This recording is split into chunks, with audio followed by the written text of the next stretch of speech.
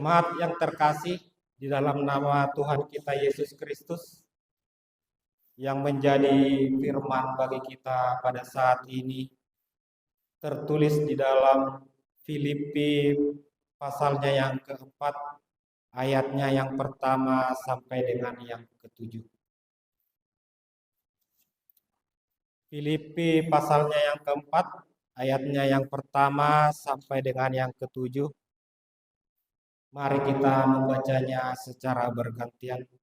Demikian firman Tuhan. Karena itu, saudara-saudara yang kukasihi dan yang kurindukan, sukacitaku dan mahkotaku, berdirilah juga dengan teguh dalam Tuhan, hai saudara-saudaraku yang kekasih. Theodeo ku nasihati dan Sintike ku nasihati supaya sehati sepikir dalam Tuhan. Bahkan ku minta kepadamu juga, Sunsugos, temanku yang setia, tolonglah mereka, karena mereka telah berjuang dengan aku dalam pekabaran Injil, bersama-sama dengan Clemens dan kawan-kawanku sekerja yang lain, yang nama-namanya tercantum dalam kitab kehidupan. Bersukacitalah senantiasa dalam Tuhan. Sekali lagi kukatakan, bersukacitalah. Hendaklah kebaikan hatimu diketahui semua orang. Tuhan sudah dekat. Janganlah hendaknya kamu khawatir tentang apapun juga, tetapi nyatakanlah dalam segala hal keinginanmu kepada Allah dalam doa dan permohonan dengan ucapan syukur. Damai sejahtera Allah yang melampaui segala akal akan memelihara hati dan pikiranmu dalam Kristus Yesus. Demikian firman Tuhan, kita bernyanyi. Aku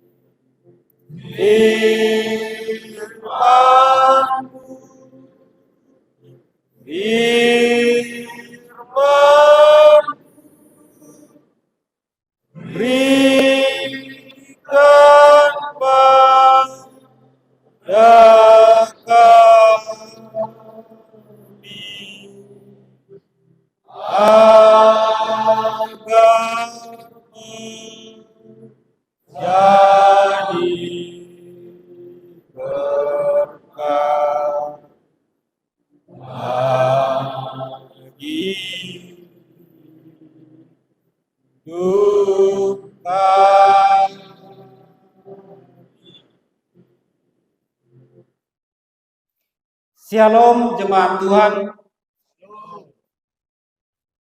Mungkin kita semua yang hadir di sini adalah orang-orang yang merasakan sukacita yang luar biasa pada saat ini. Amin. Firman Tuhan yang mau disampaikan pada kita pada minggu kita, kebetulan minggu kita adalah Minggu Rogate, yang artinya minggu berdoa, dan kita diberikan tema yang luar biasa, jangan khawatir tentang apapun juga. Jemaat yang terkasih di dalam nama Tuhan kita Yesus Kristus, tadi kita sudah membaca ajakan dari Paulus, yang mana pada saat itu Paulus berada di dalam penjara. Tapi itulah luar biasanya Paulus. Posisinya dia sebetulnya posisi sesak di dalam penjara dan masih menunggu vonis. Tetapi karena dia merasakan luar biasa penyertaan Tuhan, senantiasa dia bersuka cita dan melayani jemaat Tuhan.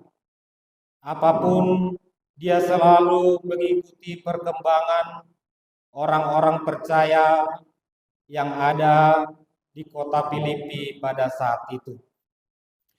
Seperti di ayat pertama dikatakan, karena itu saudara-saudara yang kukasihi dan yang kurindukan, sukacitaku dan mahkotaku, berdirilah dengan teguh dalam Tuhan, hai saudara-saudaraku yang kukasihi. Paulus pada saat itu mendengar adanya keterpurukan, penurunan orang-orang percaya, orang-orang Kristen yang ada di kota Filipi. Dia mau mengajak orang-orang Kristen, orang-orang percaya, dan lewat firman ini juga mau disampaikan juga kepada kita untuk kita selalu berdiri dengan teguh di dalam Tuhan. Janganlah kiranya iman percaya kita goyah. Apapun yang terjadi, biarlah senantiasa kita berpegang kepada Tuhan saja. Di ayat 2 dikatakan, Euodia kunasehati dan Sintike kunasehati supaya sehati sepikir dalam Tuhan. Bahkan kuminta kepadamu juga Sunsugos, temanku yang setiga, tolonglah mereka. Jemaat yang terkasih di dalam Tuhan, seperti yang terjadi pada saat itu, informasi yang didapat oleh Rasul Paulus, bila mana ada perpecahan di tengah-tengah orang-orang percaya, di tengah-tengah perkumpulan orang Kristen yang ada di Filipi. Dan Paulus tidak mau ini berlarut. Mungkin terlihat kecil, tapi Paulus tidak mau ini akan semakin membesar. Dan ini juga yang sering terjadi di tengah-tengah perkumpulan kita, di tengah-tengah keluarga kita, bahkan di tengah-tengah huria. Sangat sering terjadi. Adong akka perbulat-bulatun di huria, di punguan. Jala mulu adong kalau ada perpecahan di dalam, jika semakin dibiarkan nanti akan semakin membesar. Awalnya mungkin selisih antara sesama parhalado, sesama pengurus.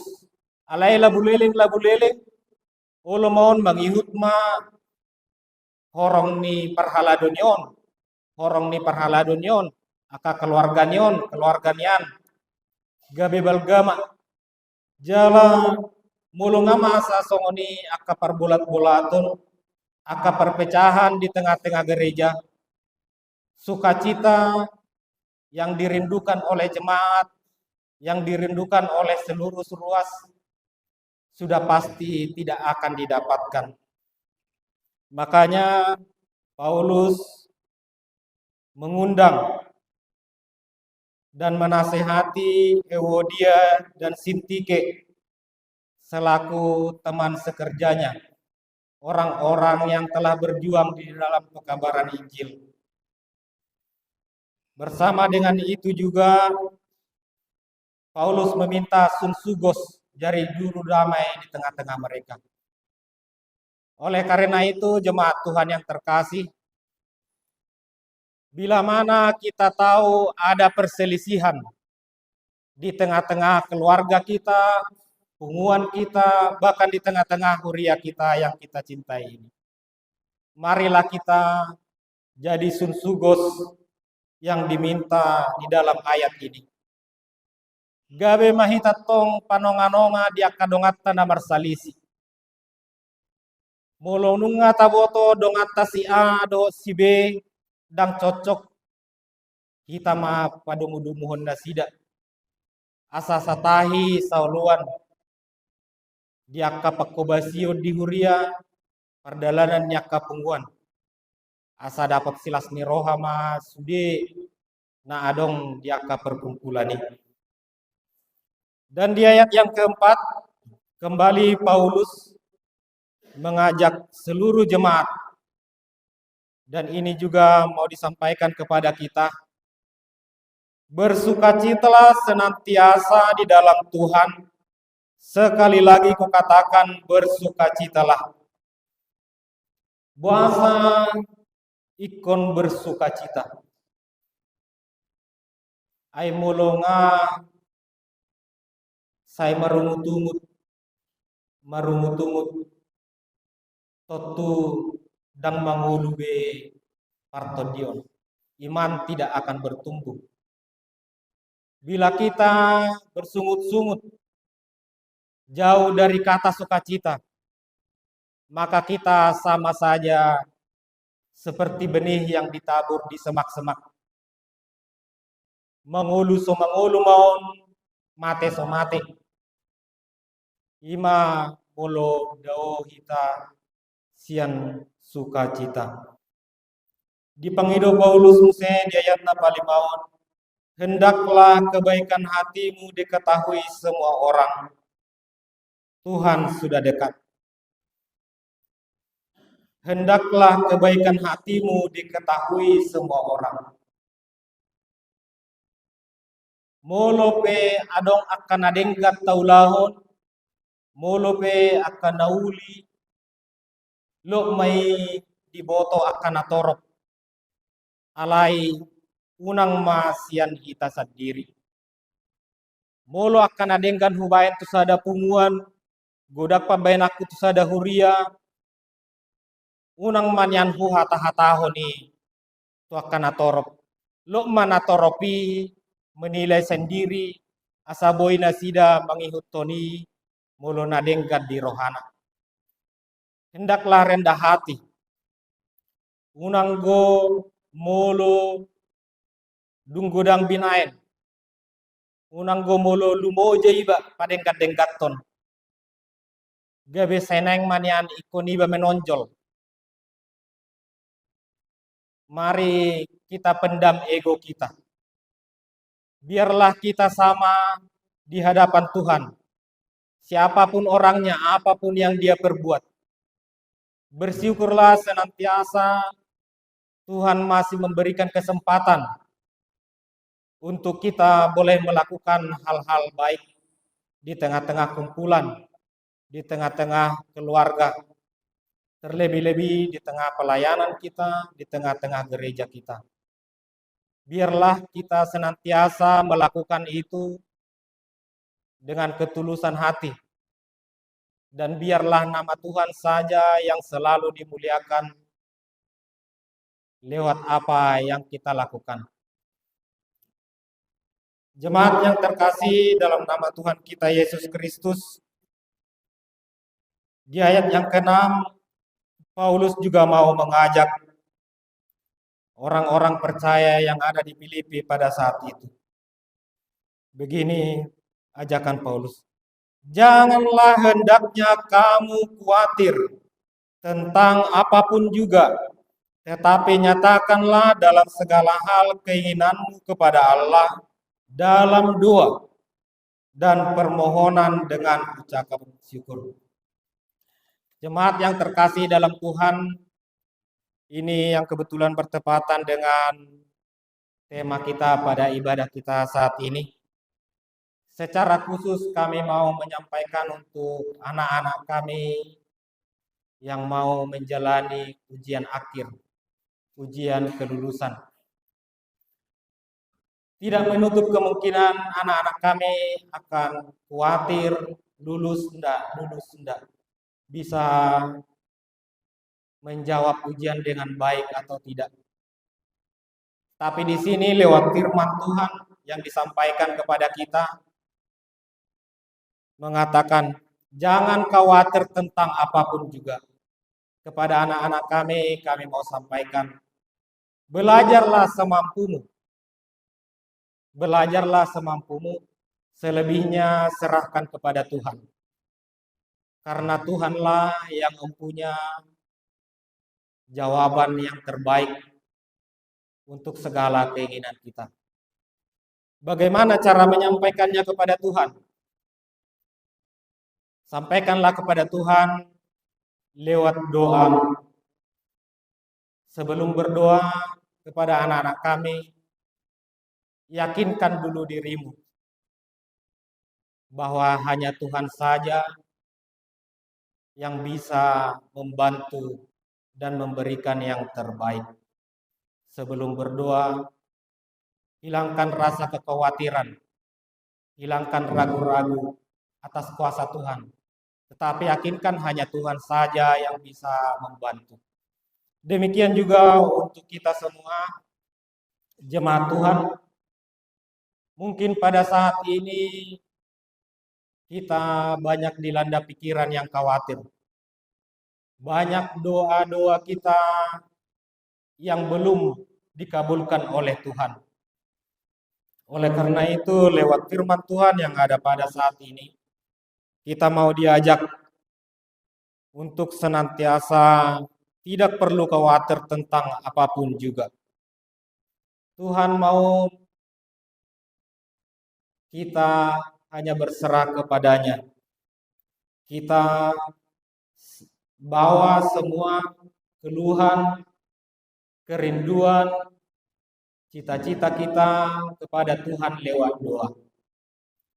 Dalam hal berdoa, seperti tadi pembacaan kita di epistel, dimanapun, seperti apapun keadaan kita, sama seperti Yunus tadi, yang keadaannya bisa dibilang sudah hidupnya bagaikan telur di ujung tanduk, sudah dekat dengan kematian. Bisa kita bayangkan di dalam perut ikan tidak ada tanda-tanda bahwa dia akan selamat. Tetapi karena kesungguhannya, dia datang kepada Tuhan, berdoa kepada Tuhan. Dia yakin dan sungguh di dalam imannya. Dia tahu bahwa Tuhan yang bisa menyelamatkannya. Hanya Tuhanlah sumber keselamatan. Maka Tuhan mendengarkan doanya dan dia diselamatkan. Demikian juga dengan kita. Marilah segala kerinduan kita bawa dalam doa. Dalam doa yang benar. Saudara-saudaraku yang terkasih, ada dua doa, doa benar dan doa yang salah. Bisa kita baca di Matius 6, dijelaskan di sana tentang hal berdoa. Mari kita membaca.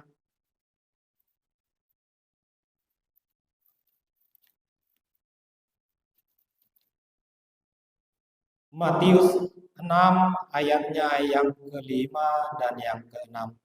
Kita membaca secara bersama-sama. Dan apabila kamu berdoa, janganlah berdoa seperti orang munafik. Mereka suka mengucapkan doanya dengan berdiri di dalam rumah-rumah ibadat dan pada tikungan-tikungan jalan raya, supaya mereka dilihat orang. Aku berkata kepadamu, sesungguhnya mereka sudah mendapat upahnya. Tetapi jika engkau berdoa, masuklah ke dalam kamarmu, tutuplah pintu, dan berdoalah kepada Bapamu yang ada di tempat tersembunyi, maka Bapamu yang melihat yang tersembunyi akan membalaskan kepadamu. Doa yang salah banyak dan sering terjadi. Sebetulnya doa yang salah itu kesalahannya kebanyakan bukan pada kata-kata. Kesalahan bukan pada kalimat doa. Tetapi kesalahan doa itu yang sering terjadi adalah motivasinya. Oleh karena itu, jemaat Tuhan, jemaat HKI, berdoalah dimanapun kamu berada. Tetapi dahulukan apa motivasinya. Karena jika saya berdoa, motivasi saya hanya supaya dilihat orang, oh ido masih tong di pertanyaan di. Berarti olah ni matang yaki. Ngaraput tu beupani. Alana motivasiku berdoa holan asa sumaddo di bereng jolma. Maka oleh karena itu saudara-saudara yang terkasih, dikatakan doa orang benar bila dengan sungguh-sungguh dengan iman, maka besar kuasanya. Alanido sebelum mertangiang pehita, sebelum kita berdoa, Tuhan sudah tahu apa yang kita inginkan. Tuhan sudah tahu apa yang saya rindukan, apa yang mau saya sampaikan. Tetapi Tuhan mau tahu apa motif saya berdoa. Apakah saya sungguh-sungguh mau menyatakan keinginan saya kepada Tuhan? Ataukah saya hanya supaya kelihatan bagus saja di depan orang? Oleh karena itu, lewat firman ini kita mau diajak dimanapun kita berada, apapun situasi kita, marilah senantiasa kita berdoa dengan sungguh-sungguh di dalam iman, agar Tuhan menjawab doa-doa kita, biar sekalipun kita berdoa di tempat yang tersembunyi.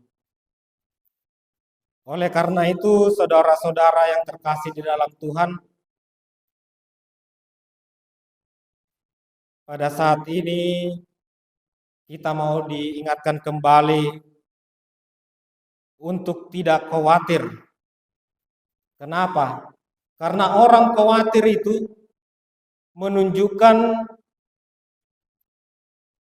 kalau hubungan kita dengan Tuhan, kita mempercayai Tuhan dengan setengah-tengah. Hati kita bercabang antara percaya sama Tuhan atau percaya kekuatan duniawi. Kekhawatiran hanya akan menggerogoti pikiran kita dan memudahkan iblis untuk menipu kita. Janganlah sekali-sekali khawatir akan kebesaran kuasa Tuhan.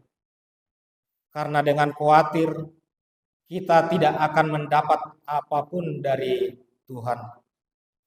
Hasil yang kita dapat bila kita selalu bersuka cita dan tidak khawatir atas hal apapun yang kita hadapi di tengah-tengah dunia. Malah kita akan mendapatkan damai sejahtera Allah. Seperti yang tertulis di ayatnya yang ke-7. Damai sejahtera Allah yang melampaui segala akal akan memelihara hati dan pikiranmu di dalam Kristus Yesus. Itulah yang kita dapatkan bila senantiasa kita berserah kepada Tuhan dan tidak khawatir apapun, maka sukacita akan selalu ada di dalam kita. Kedamaian seperti apa sih damai sejahtera Allah itu? Kedamaian ini merupakan ketenangan batin, ketenangan yang dilandasi oleh keyakinan yang teguh bahwa Tuhan sanggup dan mau melakukan yang terbaik dalam kehidupan saya. Kurang pediau sonari, lobi pediau sonari, alai sada mahu haposi, nadenggan nasihat Tuhan ido nahu jaloi. Oleh karena itu saudara-saudara, bila kita telah mendapatkan damai sejahtera Allah, maka pemeliharaan Tuhan akan senantiasa menjaga orang percaya, melindungi hati dan pikiran kita. Itulah yang Paulus inginkan terjadi di tengah-tengah gereja, di tengah-tengah orang percaya pada saat itu yang ada di kota Filipi. Dan baik juga pada kita semua jemaat Tuhan yang ada pada saat ini. Bersukacitalah kita karena kita telah diingatkan untuk tidak khawatir tentang apapun juga. Bersukacitalah sekali lagi Saya mengingatkan kepada kita lewat firman Tuhan yang ada pada saat ini, bersukacitalah di dalam Tuhan. Amin.